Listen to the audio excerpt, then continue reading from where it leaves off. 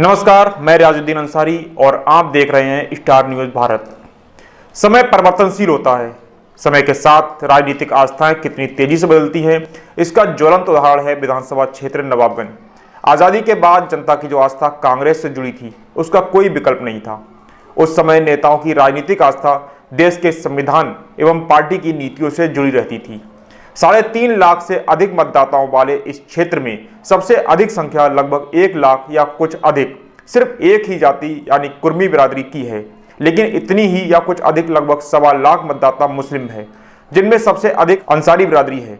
लेकिन इतनी ही या कुछ अधिक अन्य हिंदू समाज के हैं, जिनमें कश्यप, मौर्य व दलित वोटों की संख्या अच्छी है। देश के प्रथम विधानसभा चुनाव में कांग्रेस का वर्चस्व था और 1952 एवं 1957 में इस सीट से बरेली निवासी नौरंगलाल चुनाव जीते। वहीं 1962 में शिवराज बहादुर सोशलिस्ट पार्टी से जीते, जो नवाबगंज तहसील की बीजामऊ ग्राम सभा के निवासी थे। ये दोनों ही नेता कायस्थ बिरादरी से थे, जिनकी संख्या बहुत कम थी, मगर स्वच्छ राजनीति के कारण चुने गए। इसी दौरान गौरक्षा आंदोलन हुआ, जिससे राजनीति से धार्मिक आस्था प्रवेश कर गई और हिंदुत्व के सहारे 1967 और 1972 में चेतराम गंगवार ने जनसंघ से चुनाव जीतकर गंगवार राजनीति की मजबूत बुनियाद रख दी और समाज में मजबूत पकड़ बना ली। लेकिन 1977 में जब जनता पार्टी की लहर थी, ऐसे में चेतराम गंगवार ने अपनी राजनीतिक आस्था बदलकर कांग्रेस से चुनाव जीतकर अपनी शक्ति का लोहा मनवा लिया। 1980 में चेतराम गंगवार ने निर्दलीय एवं 1985 में कांग्रेस से चुनाव जीतकर ये सीट गंगवारों की सबसे मजबूत सीट बना दी। 1989 में गेंदरलाल गंगवार भाजपा से चुनाव जीते। ये वो समय था जब राम मंदिर आंदोलन की रूपरेखा तैयार हो रही थी। गेंदरलाल गंगवार की आकस्मिक मृत्यु होने पर राम मंदिर आंदोलन की लहर पर सवार होकर उपचुनाव में 1991 में हिंदुत्व के सारे भगवत शरण गंगवार भाजपा से चुनाव जीतकर विधानसभा में पहुंचे। इसी कार्यकाल में 6 दिसंबर 1992 में बाबरी मस्जिद को तोड़ा गया। ये वो दौर था जब हिंदुत्व का रंग पूरे देश में फैल चुका था। 1993 में हुए चुनाव में पुनः भगवत शरण गंगवार भाजपा से विजयी हुए। इसी दौर में मुलायम सिंह यादव ने समाजवादी पार्टी बनाकर हिंदुत्व को चुनौती पेश की। उनसे प्रभावित होकर मुस्लिम समाज उनसे जुड़ गया और 1996 में पहली बार समाजवादी पार्टी से छोटेलाल गंगवार चुनाव जीत गए। नरम स्वभाव होने के कारण वो अपना राजनीतिक रंग गहरा नहीं कर सके, जिसका लाभ भगवत शरण गंगवार ने उठाया और राजनीतिक आस्था बदलकर सपा में शामिल हो गए और लगातार 2002, 2007 और 2012 में मुस्लिम हितैषी पार्टी कहलाने वाली समाजवादी पार्टी से चुनकर विधानसभा में पहुंचे और मंत्री भी बने।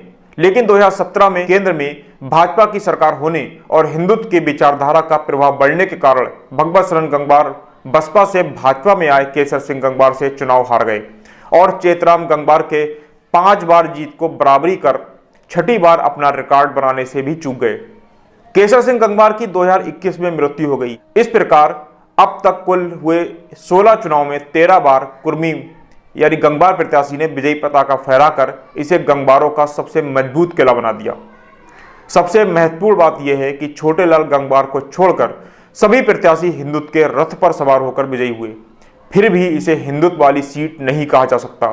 चेतराम गंगवार और भगवत शरण गंगवार भले ही हिंदुत्व के सहारे जीते, लेकिन इन्हें अपनी विचारधारा परिवर्तित कर धर्मनिरपेक्ष का दामन पकड़ना पड़ा। नवाबगंज विधानसभा के अलावा भोजीपुरा और मीरगंज पूर्व में कांवर भी गंगवार प्रभावित सीट रही, लेकिन जयदीप सिंह बरार और बहुरन लाल मौर्य ने चुनाव जीतकर उनके प्रभाव को खत्म कर दिया। वहां अब परिवर्तन की राजनीति है, लेकिन नवाबगंज में गंगवार मतदाताओं का विकल्प अन्य हिंदू समाज कश्यप, मौर्य, ब्राह्मण आदि में से कोई नहीं दे सका, जिस वजह से गंगवार राजनीति परवान चढ़ती चली गई और हिंदुत्व का नेतृत्व करने वाले बलदेवराज सूरी एवं किसानों, मजदूरों को मजबूत एवं चीनी मिल के आंदोलन करने वाले कद्दावर कम्युनिस्ट नेता शंभू दत्त बेलवाल चुनाव मैदान में आए, परंतु क्षेत्र में अपनी जाति के मतदाता नगण्य होने के कारण हाशिए पर चले गए। मुसलमानों में सबसे अधिक मतदाता वाले अंसारी समाज से मुख्तार अहमद अंसारी एडवोकेट ने चुनाव लड़कर न केवल जबरदस्त टक्कर दी, बल्कि मुसलमानों में राजनीतिक जागरूकता भी पैदा की और मात्र कुछ 100 वोटों से चुनाव हार गए। वहीं जनता दल सरकार के समय कद्दावर अंसारी नेता मोहम्मद फारूक अंसारी 1989 में जनता दल से ताल ठोकी, लेकिन इस चुनाव में छत्रपाल गंगवार के भी जनता दल से ताल लेने के कारण जनता दल खेमा 2 खेमों में बट गया और दोनों को पार्टी के अधिकृत चुनाव चिन्ह चक्र की बजाय निर्दलीय चिन्हों पर चुनाव लड़ना पड़ा। इस चुनाव में मोहम्मद फारूक अंसारी का चुनाव चिन्ह कुर्सी था। यह चुनाव लोकसभा के साथ हुआ और लोकसभा के एक निर्दलीय प्रत्याशी का भी चुनाव चिन्ह कुर्सी था। जहां मोहम्मद फारूक अंसारी का चुनाव बड़ी जोश खरोश के साथ चल रहा था, वहीं लोकसभा प्रत्याशी ने कभी कुर्सी का प्रचार तक नहीं किया। मतदाताओं को सिर्फ विधानसभा की कुर्सी का ही ध्यान था और दोनों बैलेट पेपर एक साथ मिलने के कारण भ्रम की स्थिति में नवाबगंज विधानसभा से 7,000 वोट लोकसभा प्रत्याशी को चले गए, जो वास्तव में मोहम्मद फारूक अंसारी के वोट थे। इसका अंदाजा इस बात से लगाया जा सकता है कि दूसरे विधानसभा क्षेत्रों में लोकसभा प्रत्याशी को मात्र 200 से 250 वोट ही मिल सके थे और मोहम्मद फारूक अंसारी लगभग 5,000 वोटों से भाजपा के गेंदरलाल गंगवार से चुनाव हार गए। इस हार में अपनी जाति के एक नेता का भी योगदान रहा।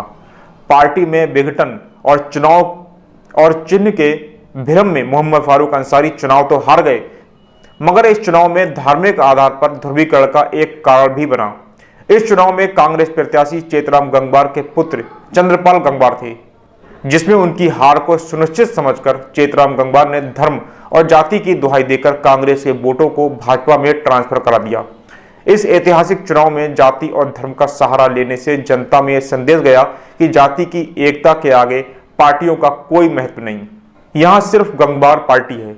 इससे जहां मुस्लिम मतदाताओं को जबरदस्त निराशा हुई, वहीं नॉन गंगवार मतदाता भी हिम्मत हार गए और मुस्लिम मतदाता बिखर कर रह गए। वहीं गंगवार मतदाता लगातार एकजुट होने लगे। राजनीति के धुरंधर नेता रणनीति के तहत मुस्लिम समाज में एक संदेश भेजने में सफल रहे कि यहाँ मुस्लिम मतदाता बहुत कम है, इसलिए कभी चुनाव नहीं जीत सकते। वो लगातार उनकी मतदाताओं की संख्या बहुत कम बताकर प्रचारित करने लगे, जिसका मुख्य उद्देश्य मुस्लिम राजनीति को पूरी तरह से खत्म करना था। लेकिन सन 2012 में एक नवगठित पार्टी पीस पार्टी से हाजी इस्लाम बब्बू ने वास्तविक संख्या का आकलन कर ताल ठोक दी और मुस्लिम नेताओं, संपन्न लोगों, प्रधानों, कोटेदारों आदि पर राजनीतिक दबाव होने से और उनका समर्थन न मिलने के बावजूद 39,000 वोट लेकर मुस्लिम राजनीति को जिंदा कर दिया। आज भी क्षेत्र को गंगवार और अंसारी बहुल सीट से जाना जाता है। 54 साल तक सिर्फ एक ही बिरादरी से विधायक रहने के कारण जहां कुर्मी बिरादरी आर्थिक, सामाजिक व राजनीतिक सभी स्तर पर स्थित मजबूत हुई, क्षेत्र के प्रत्येक गांव में राजनीतिक पकड़ भी मजबूत हुई। वर्तमान में बदलती धार्मिक कट्टरता व जातिवाद एवं संख्या बल के आधार पर मुस्लिम प्रत्याशी असफल हो जाता है, तो वहीं अन्य हिंदू समाज में कोई कद्दावर नेता न होने से इसका पूरा लाभ उठाकर ये किला दिनों दिन मजबूत होता जा रहा है। वैसे समय परिवर्तनशील है। आगामी विधानसभा चुनाव में सर्व समाज से अपनी मजबूत पकड़ रखने वाले बगवा शरण गंगवार जीत का ऐतिहासिक रिकॉर्ड बनाकर किले को अजय बनाने के लिए आतुर नजर आ रहे हैं, तो वहीं अन्य नेता विभिन्न पार्टियों के सहारे उनका विकल्प बनने के लिए तैयार हैं। अब देखना यह है कि किले को कौन बचाता है, या मीरगंज और भोजीपुरा विधानसभा क्षेत्रों की तरह नॉन कुर्मी और मुस्लिम मतदाता मिलकर इस किले को ध्वस्त कर नया इतिहास लिखेंगे।